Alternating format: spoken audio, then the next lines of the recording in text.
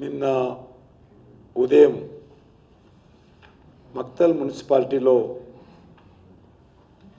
జరిగినటువంటి సంఘటన పట్ల ఢిల్లీలో మా పార్టీ జాతీయ అధ్యక్షులు తీవ్రమైనటువంటి ఆవేదన వ్యక్తం చేయడం జరిగింది. వారు రాష్ట్ర అధ్యక్షుల వారికి ఫోన్ చేశారు. ఆ తర్వాత నాతో కూడా మాట్లాడారు.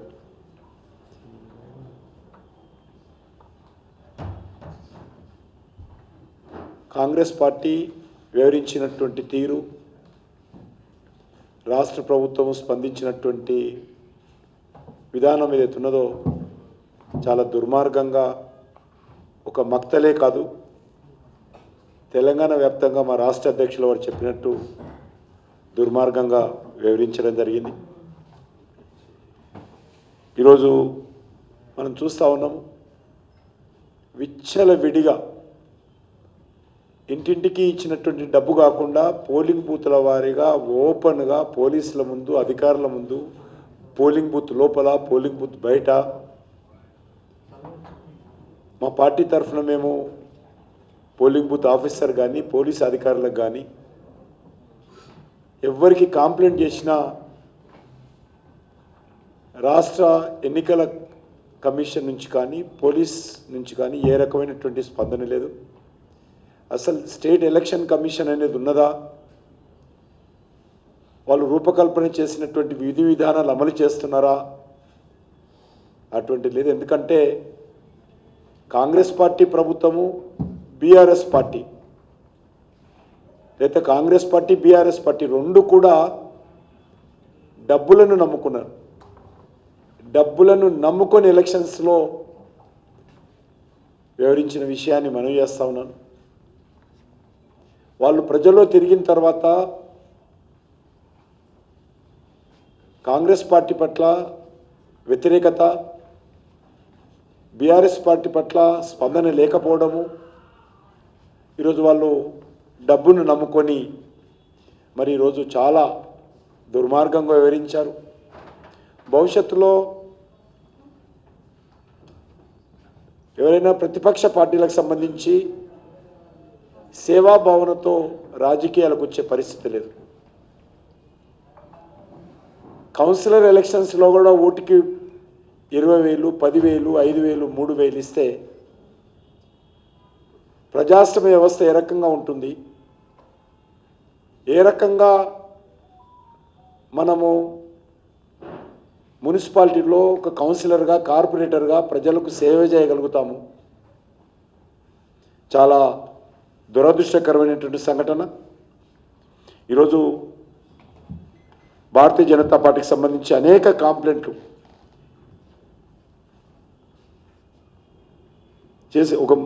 చేసినప్పుడు కూడా ఎక్కడ కూడా స్పందన లేదు. వివరాలు అనేకం ఉన్నాయి.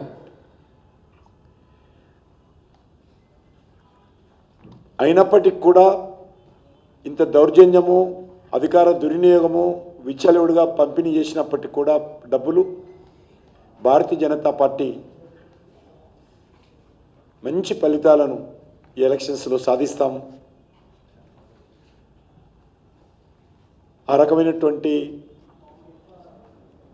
మా పార్టీ స్పందన బాగా లభించింది. చివరగా ఎలక్షన్ కోడ్ ఉంది. ఈరోజు బహుశా కౌంటింగు ఈవెన్ మున్సిపల్ చైర్మన్ అయ్యేంత వరకు కూడా ఎలక్షన్ కోడ్ ఉంటాయి. దాని రూల్స్ ఏందో ఇంకా తెలియదు నాకు పూర్తిగా. కానీ ఎలక్షన్ అవుతూ ఉంటే తెలంగాణ వ్యాప్తంగా ఉన్నటువంటి మున్సిపాలిటీస్, మున్సిపల్ కార్పొరేషన్ సంబంధించినటువంటి ఎలక్షన్ జరుగుతూ ఉంటే ఈరోజు అనేక మంది ఐఏఎస్ ఆఫీసర్ని ట్రాన్స్ఫర్ చేశారు. అసలు ఈ ఎలక్షన్ కమిషన్ ఎందుకు, దానికి విధి విధానాలు ఎందుకు, నామ్స్ ఎందుకు నాకైతే అర్థం కాలేదు. అనేకమైనటువంటి మున్సిపాలిటీస్కు, కొత్త మున్సిపాలిటీస్కు, మున్సిపల్ కార్పొరేషన్స్కి ఆఫీసర్స్ని వేశారు. అనేకమైనటువంటి వివిధ మంత్రిత్వ శాఖలకు సంబంధించినటువంటి అధికారులను ఈరోజు ట్రాన్స్ఫర్ చేయడం, కొత్త వాళ్ళని వేశారు. రెండవది, 3 కార్పొరేషన్స్ కొత్తగా క్రియేట్ చేశారు. అంటే 1+2. ఇది కూడా ఎలక్షన్కి సంబంధించినటువంటి విధి విధానాలను వయలేట్ చేసినట్టే.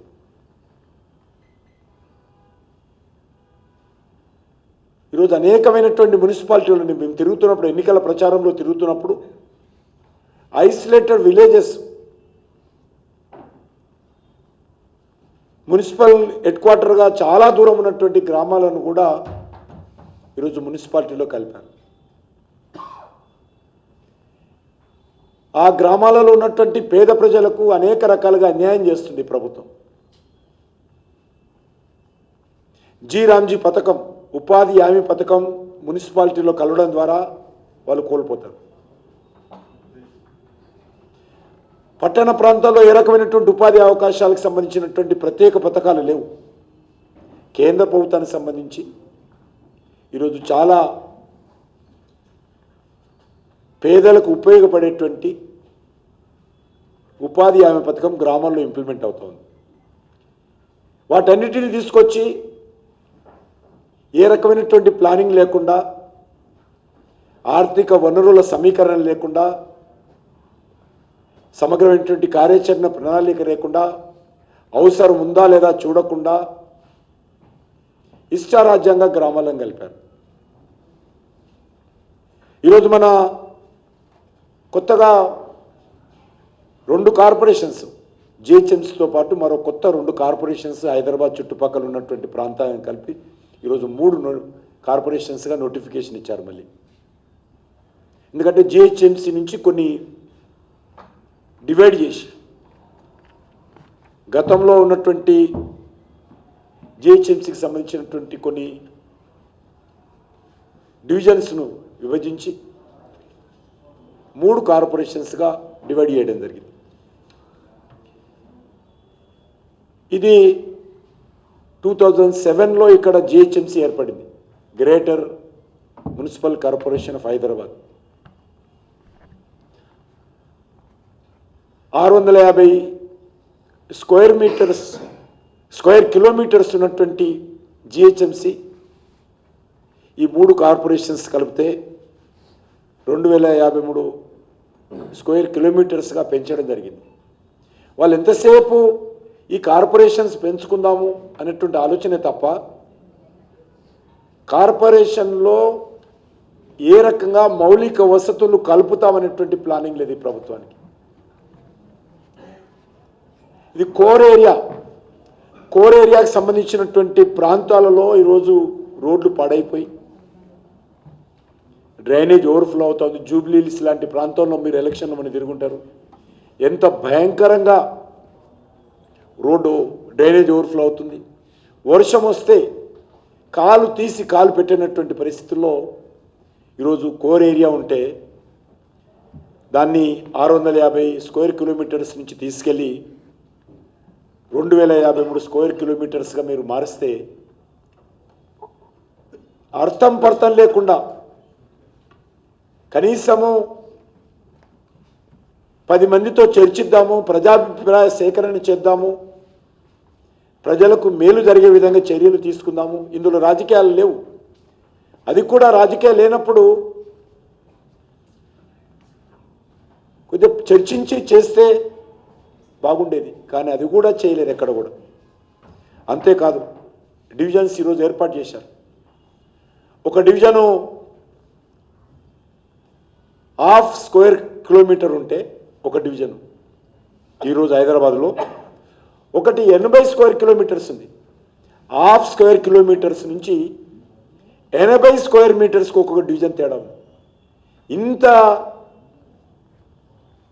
సంబంధం లేకుండా డివిజన్స్ 300 డివిజన్స్ ఏర్పాటు చేసి దాన్ని మరి ఈరోజు విభజించడం జరిగింది.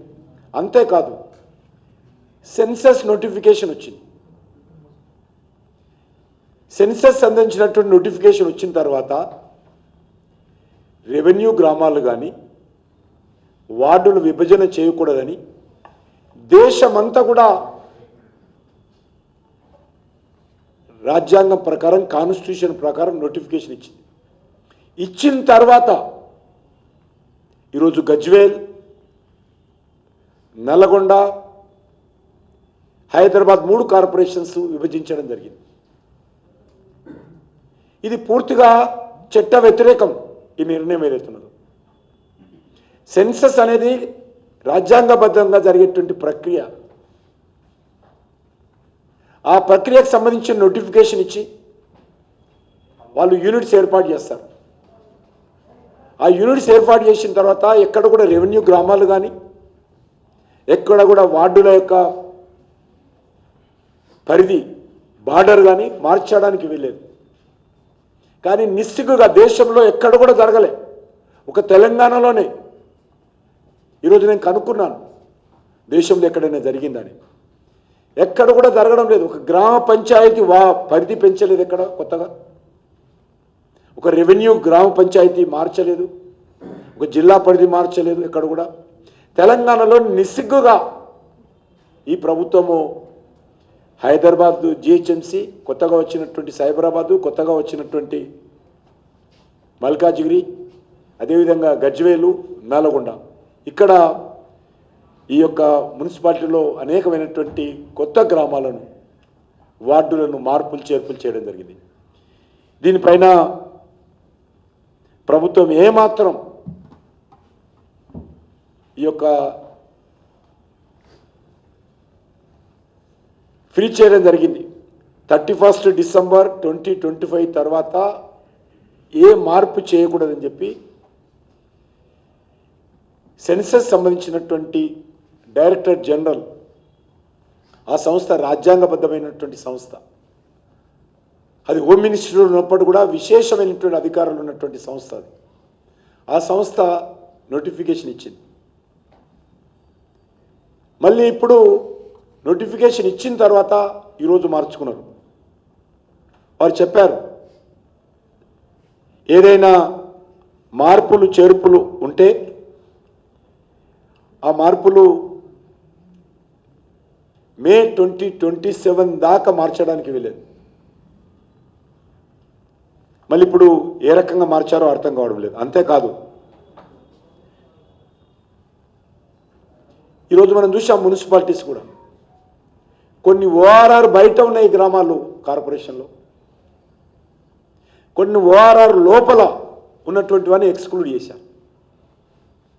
ఓఆర్ఆర్ బార్డర్ చేసుకొని తీసుకుంటున్నాం అని చెప్పినటువంటి ప్రభుత్వము ఓఆర్ఆర్ బయట కూడా కొన్ని ప్రాంతాలను ఈ కార్పొరేషన్లో కలిపారు.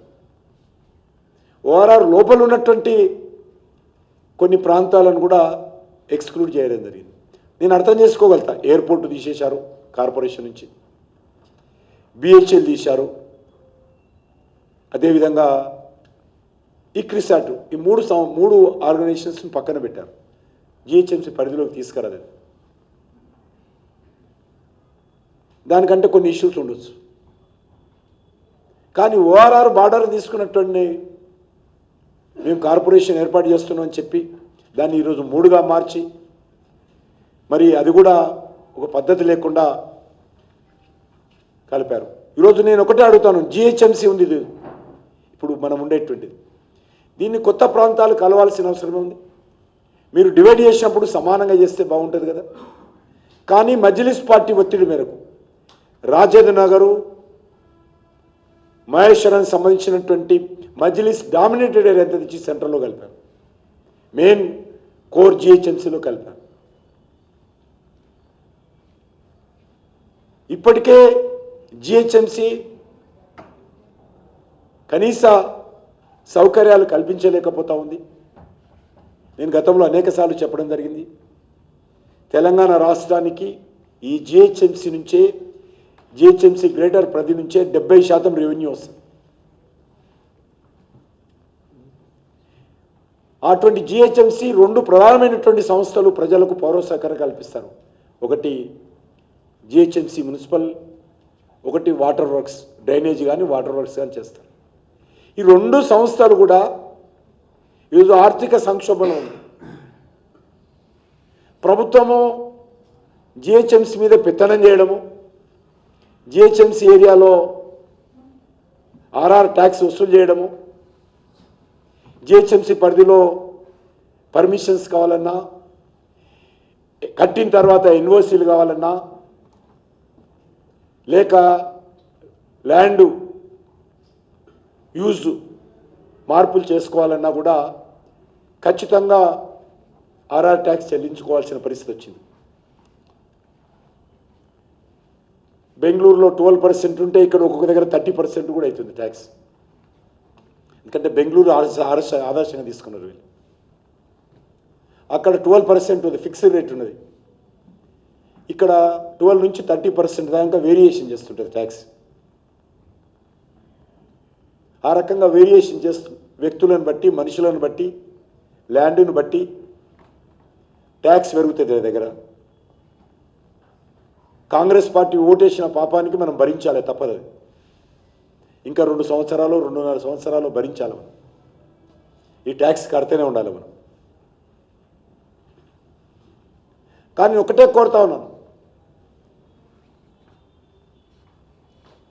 ఏ విషయంలో కూడా జిహెచ్ఎంసీ ఈరోజు కనీసం మీకు అందరూ తెలుసు, మీ ఏరియాలో కూడా ఒకసారి చూడండి, ఒకసారి కూడా మీరు ఉండేటువంటి బస్తీలో కానీ, స్లమ్స్లో కానీ, లేకపోతే కాలనీలో కానీ స్ట్రీట్ లైట్స్ వెలగవు. 70% వీధి లైట్లు వెలగడం కారణం ఏంటంటే బడ్జెట్ లేదు. బల్బులు కొనడానికి, వీధి లైట్లు కొనడానికి జిహెచ్ఎంసీ దగ్గర డబ్బు లేదు. ఆ పరిస్థితి ఉన్నది. మా కార్పొరేటర్స్ అందరూ కూడా లాంతర్లు తీసుకొని జిహెచ్ఎంసీ హెడ్ క్వార్టర్కి వెళ్తే కార్పొరేటర్లకు నీకు 50 లైట్లు ఇస్తా అని ఒక్కొక్క కార్పొరేటర్ 50 లైట్లు ఇచ్చారు. కార్పొరేటర్స్ ఏడ పెట్టుకోవాలి? వాళ్ళు ఉండే బస్తీలు పెట్టుకోవాలా, పేద ప్రజలు ఉండే బస్తీలు పెట్టాలా, కాలనీలో పెట్టాలా, మెయిన్ రోడ్లో పెట్టాలా?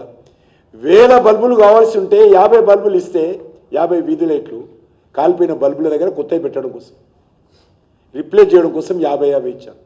ఆ పరిస్థితి హైదరాబాద్లో ఉంది. అటువంటి పరిస్థితుల్లో మీరు ఏరియా పెంచుకుంటూ పోతే బడ్జెట్ అలొకేషన్ లేకుండా, నిధులు లేకుండా, వాటి గురించి ఆలోచన చేయకుండా ఈరోజు రాష్ట్ర ప్రభుత్వానికి నిధులు వస్తాయి, కేంద్ర కాంగ్రెస్ పార్టీకి నిధులు వస్తాయి, ఇక్కడ నుంచి మంత్రులకు నిధులు వస్తాయి, ఇక్కడ నుంచి వ్యక్తిగతంగా ఆర్ఆర్ ట్యాక్స్ వసూలు చేస్తారు. కానీ ఇక్కడ ఉన్నటువంటి ప్రజలకు మౌలిక వసతులు కల్పన రెండే. గ్రామీణ ప్రాంతంలో వ్యవసాయం ఉంటుంది, డిఆర్డిఏ ఉంటుంది, లేకపోతే జీరాంజీ ఉంటుంది, ట్రైబల్ మినిస్ట్రీ ఉంది, ఫిషరీస్, అనేక రకాల గ్రామాలు ఉంటాయి, పథకాలు.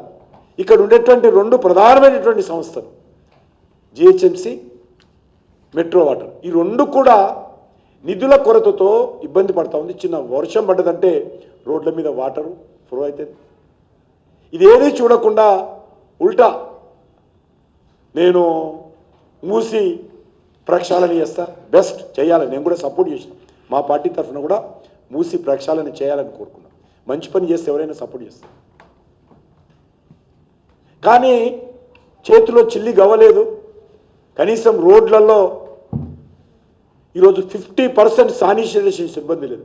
50% తెలంగాణలో ఉన్నటువంటి మున్సిపాలిటీలలో 50% సిబ్బంది కొరత ఉంది. తూతు మంత్రంగా శానిటేషన్ జరుగుతుంది మెయిన్ రోడ్ల మీద.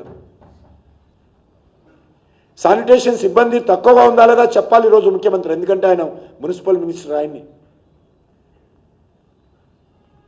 శానిటేషన్ సిబ్బంది తక్కువగా ఉంది, రెవెన్యూ అందుబాటులో లేదు, ఆదాయం మాత్రం రాష్ట్ర ప్రభుత్వం తీసుకుంటుంది, ఆర్ఆర్ ట్యాక్స్ మాత్రం వాళ్ళు వసూలు చేసుకుంటారు ఇష్టారాజ్యంగా. ఆల్రెడీ కేరళకి వెళ్ళిపోయింది, కేరళ ఎలక్షన్స్కు ఫస్ట్ ఇన్స్టాల్మెంట్ వెళ్ళిపోయింది, తెలంగాణ నుంచి కేరళకి వెళ్ళిపోయింది. ఫస్ట్ ఇన్స్టాల్మెంటే, ఇంకా మిగతా ఏప్రిల్లో జరగనటువంటి ఎన్నికల కోసం ఇప్పుడే ఇన్స్టాల్మెంట్స్ వెళ్ళిపోయినాయి ఆర్ఆర్ ట్యాక్స్ నుంచి. ఇది పరిస్థితి. కాబట్టి ఈ యొక్క హైదరాబాద్ కార్పొరేషన్ ఏదైతే ఉన్నదో జిహెచ్ఎంసీ, ఒరిజినల్ జిహెచ్ఎంసీ 3 కార్పొరేషన్ చేసి ఇది మీకు, ఇది నాకు అని ఎంఐఎం పార్టీ, కాంగ్రెస్ పార్టీ ఒక అండర్స్టాండింగ్ వచ్చారు. కాబట్టే ఈరోజు రాజేంద్ర నగర్ కానీ, హైదరాబాద్ చుట్టుపక్కల ఉన్నటువంటి మజ్లిస్ డామినేటెడ్ ఏరియా కానీ ఇది పెద్దగా అవుతున్నప్పటికీ, పక్కన అవుతున్నటువంటి 2 కొత్త కార్పొరేషన్ చిన్నగా అవుతున్నప్పటికీ, అక్కడ 79 ఉంటాయి, ఇక్కడ 150 పైన ఉంటాయి. ఇక్కడ డివిజన్స్ పాపులేషన్ ఎక్కువ ఉంటుంది, అక్కడ తక్కువ ఉంటుంది. అయినప్పటికీ కూడా కనీసం చేసినప్పుడు ఈ 3 కార్పొరేషన్ సమానంగా చేయొచ్చు. అది కూడా చేయకుండా ఇది మజ్లిస్ పార్టీ కోసం, మజ్లిస్ పార్టీ కట్టబెట్టడం కోసం ఈ యొక్క కార్పొరేషన్ జిహెచ్ఎంసీ ఒప్పందం కుదుర్చుకున్నారు. కాబట్టి ఈరోజు మొన్న జరిగినటువంటి ఎన్నికల్లో కూడా కాంగ్రెస్ పార్టీకి, అంటే ఈరోజు జరుగుతున్నటువంటి పోలింగ్ ఎలక్షన్స్ కూడా కాంగ్రెస్ పార్టీకి మజ్లిస్ పార్టీ సహకారం అందిస్తుంది. ఏది ఏమైనప్పటికీ కూడా ఈ కార్పొరేషన్ సంబంధించి ఏర్పాటు లేక ఇది స్టేట్ ఎలక్షన్ కమిషన్కి సంబంధించినటువంటి విధి విధానాలను వయలేట్ చేయడం నెంబర్ 1. నెంబర్ 2, సెన్సస్ సంబంధించినటువంటి డీజీ ఇచ్చినటువంటి విధి విధానాలను నామినేట్ చేసి దేశంలో ఎక్కడ లేకుండా ఇక్కడ ఒక్క దగ్గరనే వయలేట్ చేశారని చెప్పి మనం చేస్తున్నాం.